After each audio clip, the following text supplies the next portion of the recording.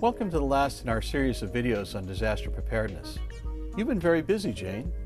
I understand that you've already completed your assessment and developed some new ideas about how you intend to deal with a disaster. Yes, and I've really enjoyed the process. I feel a lot better, and so do my staff. I can't believe we've never thought about some of these things before. That's a pretty common feeling when someone's done a real assessment. Knowing what you want to do is a good start. But the reality is, I'm just not sure how I'm going to do all of this stuff. I don't have the people or the budget to get it all done. That's also a very common feeling. That's the subject of this video, how to actually make progress with your plan. I'd like to introduce you to a concept called strategic planning. Another plan? Don't I have enough to do already? This one is a bit different. Our disaster plans are what we use in an actual event. A strategic plan is really a management tool. It's a way to make sure your disaster plan needs are considered when you're deciding on your budget and operating plans. So what you're really talking about is making disaster preparedness part of my regular business. That's correct. We want to make disaster preparedness part of our business, not something done in addition to our business. I could see where that would make more sense than how we do it now. How do we get started? I always like to begin by identifying the key people who will be working with you on the plan. The most obvious ones are your staff, but you should consider including some of your clients in the planning process to benefit from their perspective. Can I also ask for some outside help, like the fire department and maybe the local office of emergency services? Sure, that's a great idea. You can include anyone that you think will either have to work with the plan or who can give you advice.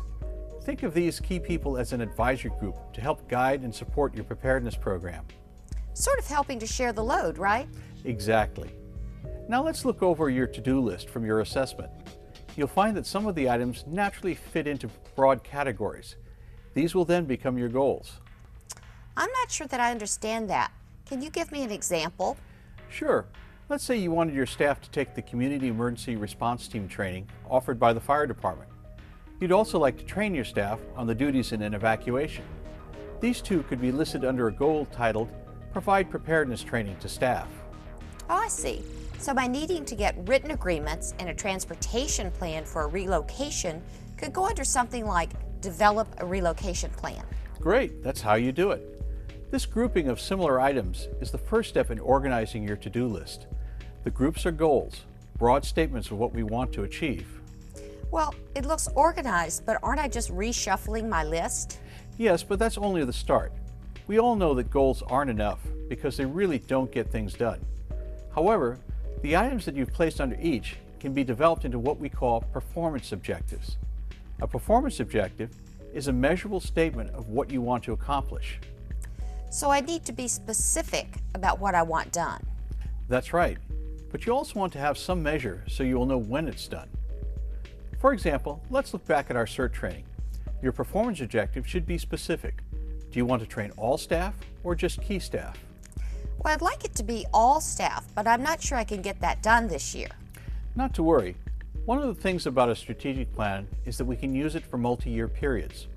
Our goal might be to train all staff, but our performance objective for this year could be to train half or a third of the staff. So I need to add a date component to my objective that says by when I want it done. You know, that would make sure we continue to work on this even if we can't get it done all at once. That's the idea. But there's more to our performance objective. To make it work, someone has to be responsible for it. So I have to decide who will be responsible for the objective. But remember, that person doesn't necessarily have to do it all by themselves. However, they are responsible for making sure it gets done. So let me see if I've got all the pieces for my performance objective. A statement of what I want done, a way of measuring when it's done, a date by which it must be done, and someone responsible for doing it. Good so far, Jane, but you're leaving out two important pieces. What's that? Well, that person that's responsible is going to need some resources to get it done, right? Resources. Oh, you mean money. Well, resources can be many things, such as staff time or a reallocation of equipment. But for most of the things we deal with, there will be a cost factor. We need to determine what it will cost to meet the objective, but just as important, where we will get the funds we need. You know, I should have thought of that. Money is always a problem. That's why many emergency plans don't get the resources they need. Your performance objective isn't real until you know how you will pay for it. If you can't figure out a way to pay for it, even if it's in the future, you may need to rethink your response strategy. I'm beginning to see why this can be such a useful tool in actually making things happen. I really have to think things out. The strategic plan has many other uses as well. It fosters an agreement among your advisory group as to who will do what. If you can't agree as to who will meet an objective, you need to either do some serious negotiation or rethink your response strategy. So the strategic plan helps to keep my disaster plan real. That's right. It coordinates the activities of a lot of people to achieve your goals. Any other uses I should know of? You can also use a strategic plan to justify items in your budget. Again, if it's in the strategic plan but not in the budget, the objective isn't real. I always try to get the strategic plan approved at the highest possible level so that there's no question about it being integrated into the budget. But there will always be higher budget priorities. Well, the strategic plan isn't a magic wand. You still have to make your case, but you'll know which items in your plan are most important, how much they cost, and possible sources of funds. You'll have done your homework. That would certainly put me in a better position to get what I need. That's the idea.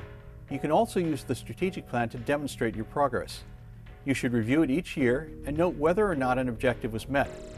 Sometimes an objective is no longer relevant and you can drop it. Others you may need to defer to the next year. Either way, you will have a record of your progress. That would be useful to show my board that I'm doing a good job in preparedness planning. It could also show why I need more staff or funding. Very useful indeed. Will it work for other programs? The strategic plan is a business concept that's been around for a long time. It will work with all of your programs, not just disaster preparedness. Just to make sure, can you review the process one more time? Sure. It's just a systematic way of approaching any project. First, we assessed our readiness against the GGRC standard and considered the unique needs of our clients. This gave us a long to-do list. Next, we reworked that to-do list into a series of goals and objectives. Finally, for each objective, we identified what we wanted done, how we will know when it's done, when it must be completed, who will do it, what it will cost, and how we will pay for it. You know, when we started, I didn't think we could get everything done, but this system really makes it doable. That's great to hear. I really hope that this video series has helped you develop a strategy for coping with a disaster. Don't forget to check out the information on our website at www.ggrc.org.